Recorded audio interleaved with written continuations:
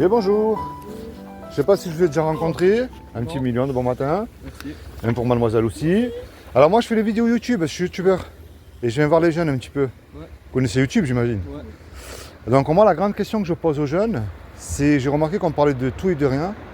Mais sur un sujet qu'on ne discute jamais, c'est qu'un jour ou l'autre on allait mourir. Ouais. Alors qu'est-ce qui se passe pour vous après la mort? Ça s'arrête ou ça continue? On continue. D'accord. Pour vous ça continue, mademoiselle? Je sais pas, hein.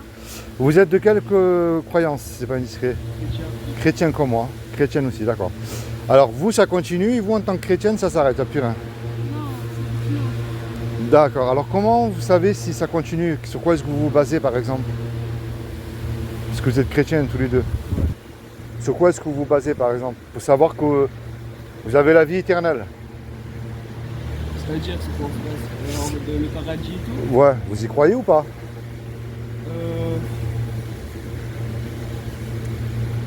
Je sais pas, comment dire. Moi je pense que après, quand on meurt, Vous voyez? je pense qu'on a une autre vie. D'accord. Ok. Et que du coup, Après. voilà. Je pense qu'on a une autre vie. D'accord. Est-ce que vous croyez au paradis, à l'enfer et au jugement? Sincèrement. Parce que si on est chrétien, il y a forcément quelque chose qui existe après. Ouais. D'accord. Alors vous savez que pour savoir si on fait du bien ou du mal, on se base sur une loi quand même. Parce que s'il y a un paradis, il y a bien quelque chose qui nous permet de rentrer au paradis comme ça, on ne peut pas rentrer comme ça. Donc comment est-ce que vous savez aux yeux de Dieu si vous faites du bien ou du mal? Sur quoi est-ce que vous vous basez?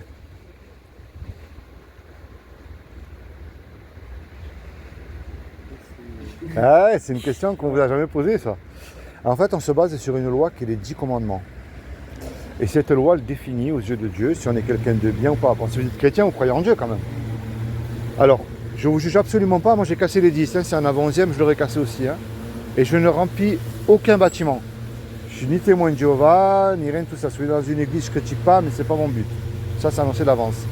Il y a un commandement qui dit tu ne mentiras point. Est-ce que vous avez déjà menti tous les deux?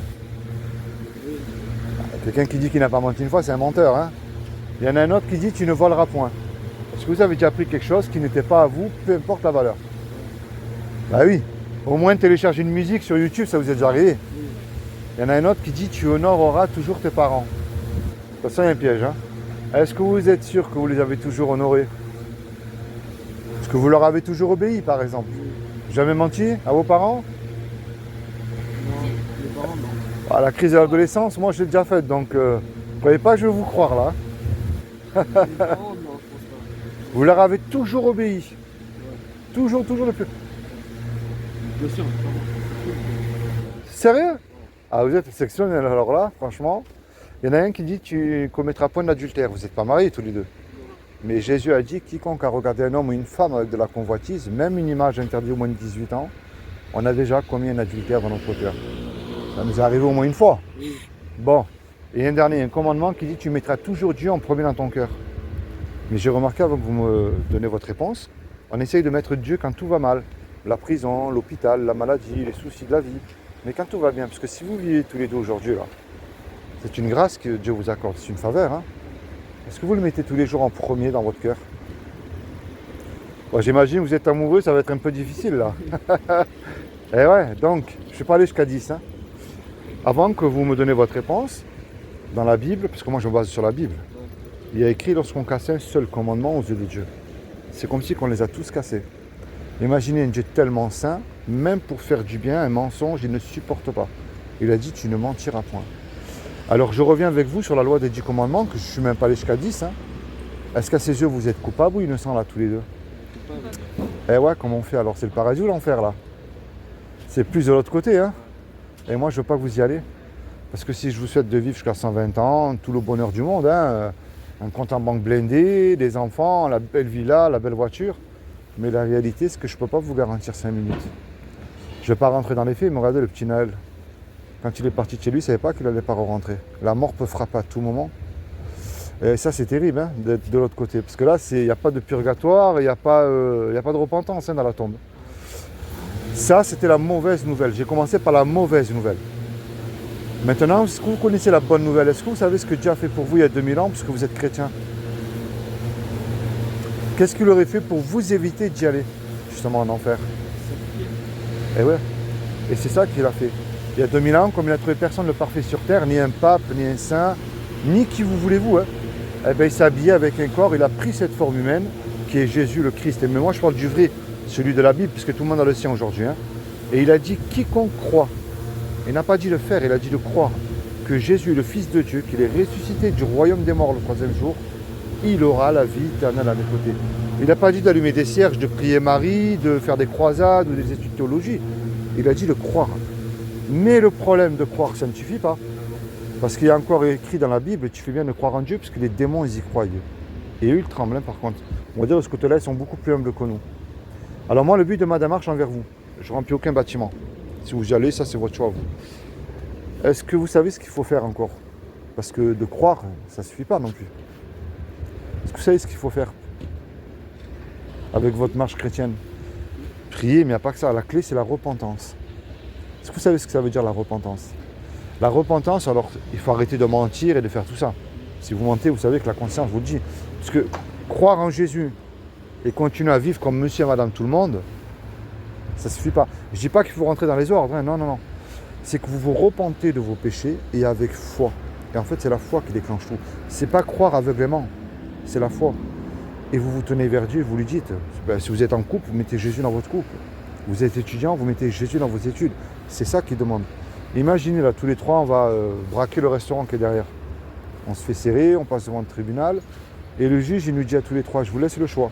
Vous me posez 1 million d'euros de caution sur la table, ou je vous envoie tous les trois 20 ans en prison. On n'a pas l'argent parce qu'on s'est fait serrer. Et que vous le vouliez ou pas, on ne peut pas revenir en arrière et effacer le mal qu'on a fait. Et on ne peut pas dire au juge, monsieur le juge, sur la vie de ma mère, je ne recommence plus, vous êtes bon, miséricordieux, ça ne marche pas ça. Hein. Le juge, il va répondre, c'est vrai que je suis bon, miséricordieux. Mais vous me payez la caution, ou vous partez tous les deux 20 ans, enfin tous les trois plutôt, 20 ans en prison. On ne peut pas revenir en arrière, et là on se regarde, on est perdu, on ne sait plus comment faire. Et il arrive tout à coup un homme qu'on ne connaît pas, et cet homme-là, il rentre dans la salle et il paye la caution à notre place.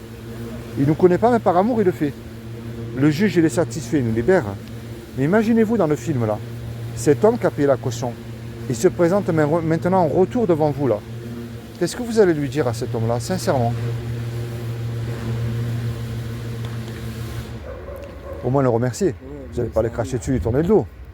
Si vous demandez un service, quelqu'un qui vous a échappé à 20 ans de galère, je pense que vous allez lui rendre un service. Hein. Est-ce que vous voyez c'est quoi l'image que je viens de vous donner là? C'est ce que Jésus a fait pour vous il y a 2000 ans sur la croix. Quand Jésus est mort à la croix, en fait, il est mort pour vos péchés, pour mes péchés. Pour les péchés du monde entier aussi. Ce qu'il vous demande aujourd'hui, c'est que vous entretenez une relation sincère avec lui et que vous vous repentez de vos péchés avec foi. Et vous vous tournez vers lui. Je ne dis pas quand tu t'iras mieux, je serai un gros menteur. Hein. Moi, ce que je vous parle, c'est pour après. Mais lisez la Bible aussi, mettez-la en pratique dans votre vie de tous les jours. Je prends le mensonge, c'est plus simple. Vous allez là sur le banc, si je mens, ben je m'en fous, hein, personne ne sait. Mais je ne peux plus me comporter comme ça. Sinon, ça voudrait dire que moi-même, je lui crache une deuxième fois au visage. Et il m'accorde le paradis, la vie éternelle à ses côtés.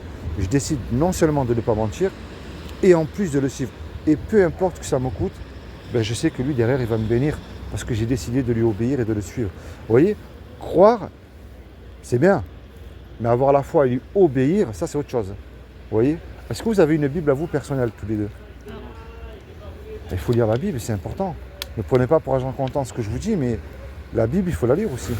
Est-ce que vous savez pourquoi la Bible, puisque vous êtes étudiants tous les deux, est-ce que vous savez pourquoi la Bible et pas un autre livre? Peut-être de très belles choses écrites dans les autres livres. Hein. Est-ce que vous savez pourquoi?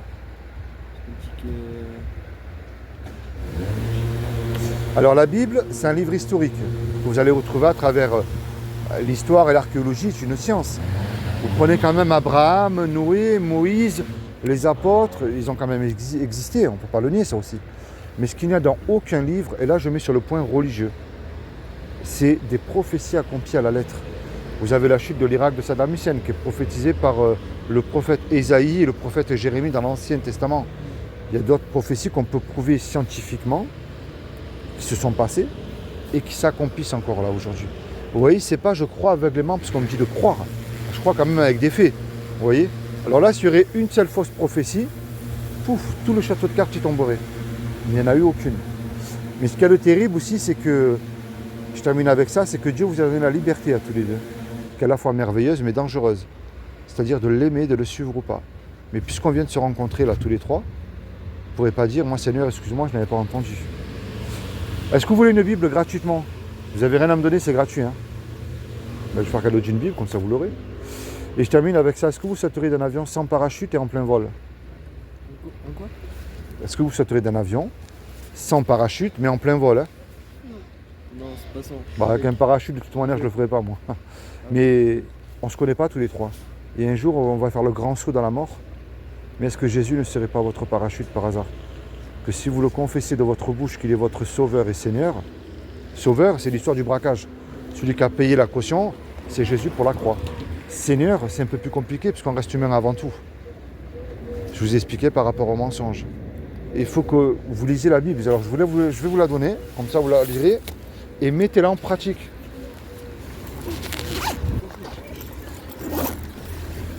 Alors ça c'est une Bible. Une pour mademoiselle. Hop là. Et une pour monsieur. Hop là, c'est pas grave. Bon, soyez bénis tous les deux. Merci pour les quelques minutes que vous m'avez accordées. J'espère que vous allez vous souvenir de ce que je vous ai dit, puis la lire. Que ça finit pas dans les oubliettes surtout. Bon, soyez bénis ainsi que vos familles. Merci pour les quelques minutes. Puis bon courage, bonne continuation. Merci.